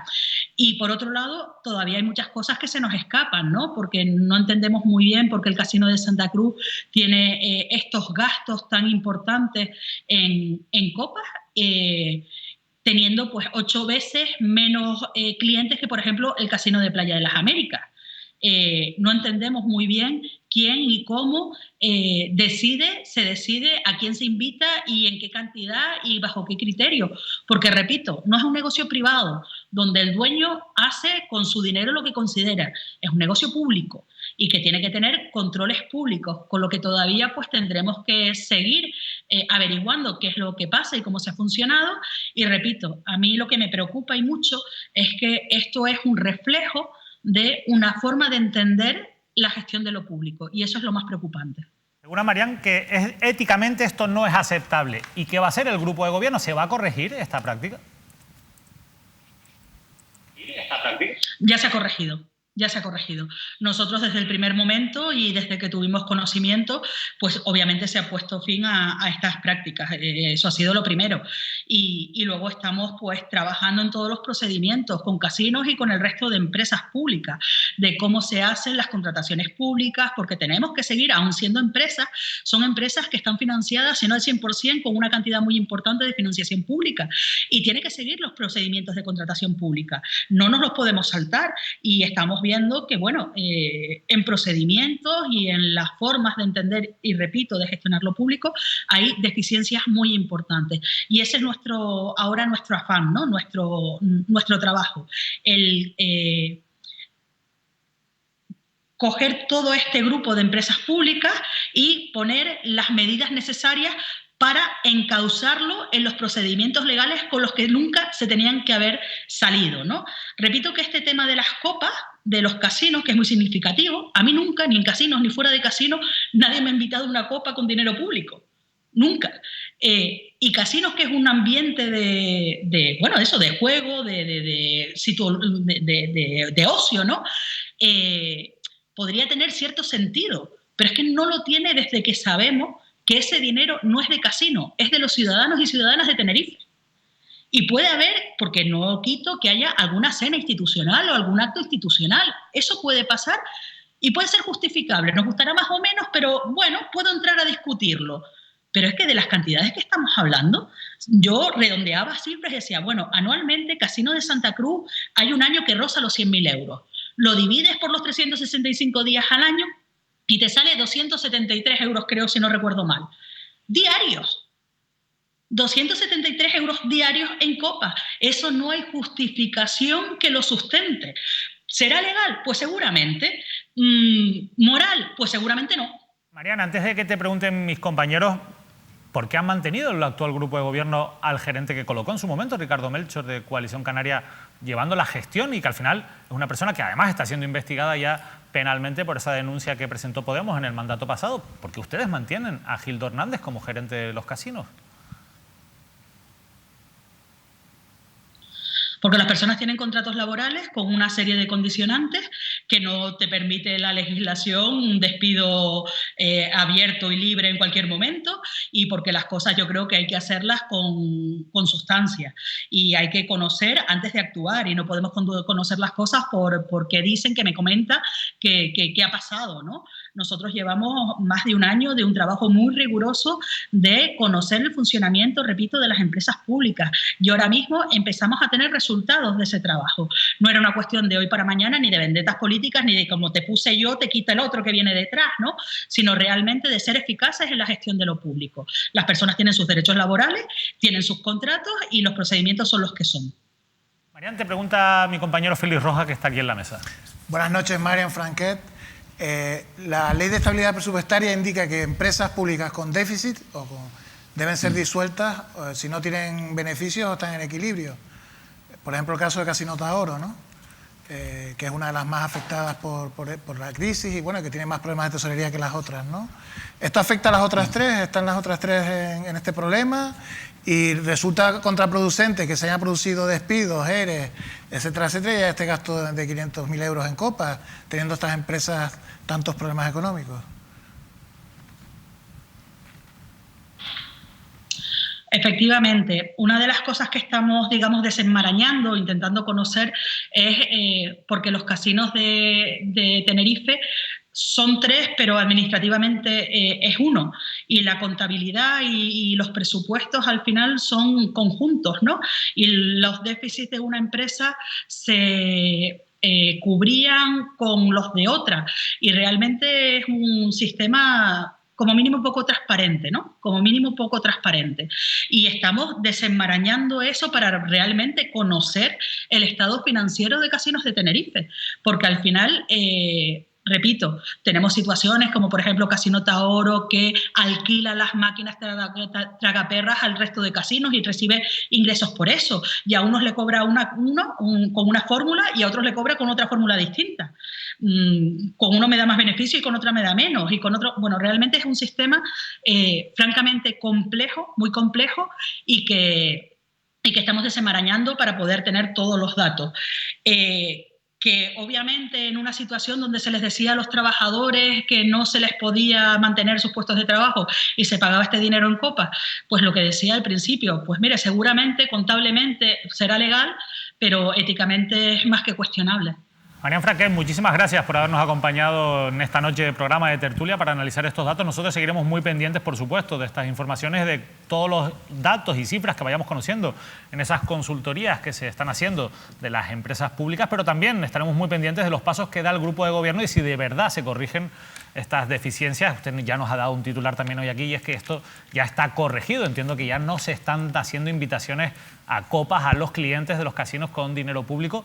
Por tanto, insisto, seguiremos muy pendientes. Gracias por habernos atendido. Gracias a ustedes. Yo soy miembro del Consejo de Administración de Casino de Santa Cruz y le aseguro que no he invitado a copas a nadie. Bueno, nos vamos también con ese titular. No sé si todo el mundo puede decir lo mismo. No sé si a nuestros invitados han estado alguna vez en el casino y les han invitado a una copa. No, nunca. Lo que está claro que evidentemente el comunicado de Coalición Canaria... Uno de los que Canaria... va mucho al casino era Miguel Cerolo y Cierto. su amigo Bueno, pero médico. Miguel Cerolo seguro que ya no puede ir al casino. Sí, está efectivamente. Claro. Coalición Canaria, evidentemente, en cuanto a la hora de asumir responsabilidad o no, siempre achaca de que no es irregular, de que no es ilegal. Pero es que éticamente no lo es. Es que el hecho de que no sea irregular, que no sea ilegal, no tiene por qué ser grave. Es grave porque no es ético, porque estamos hablando con dinero público. Y yo evidentemente estoy absolutamente de acuerdo con esa exposición que ha hecho Marian Franquet, que no es ético, por tanto, por la gravedad, porque estamos hablando de que es dinero público. Se ha corregido, es una buena noticia, pero a mí me gustaría saber quién o quiénes daban las órdenes o establecían los criterios para ver o a quiénes o a quién iban las copas y quiénes pues, no podían tener esa oportunidad. Me refiero en el Casino de Santa Cruz. Creo que tenemos que ser cautos y de entrada lo que sabemos es que esto no es ético. Por supuesto. Esto es lo que a todos nos llama la atención. Esto huele muy mal, esto como lo de los vertidos del... Pero no es ético porque estamos hablando de dinero público, pero simplemente. No tenemos toda la información para saber hasta qué punto es legal o no lo es. Cierto. En apariencia todo parece legal, pero cuando tengamos todos los datos y todas las cifras, bueno, pues ya veremos y veremos también qué hace el grupo de gobierno, si va a la Fiscalía, como le ha pedido Sí Podemos Canarias. Feliz, muchísimas gracias por estar con nosotros. David. Óscar Martín, buenas noches a todos. Muchas gracias a los dos y sobre todo muchas gracias a ustedes. A nosotros, o para nosotros ha sido un placer, eso sí. Esperamos que muy pronto poder tener sentado de nuevo aquí a nuestro director, a Manuel Artiles, porque también, no les voy a engañar, esto sin Manuel Artiles no es lo mismo. Que pasen una feliz noche.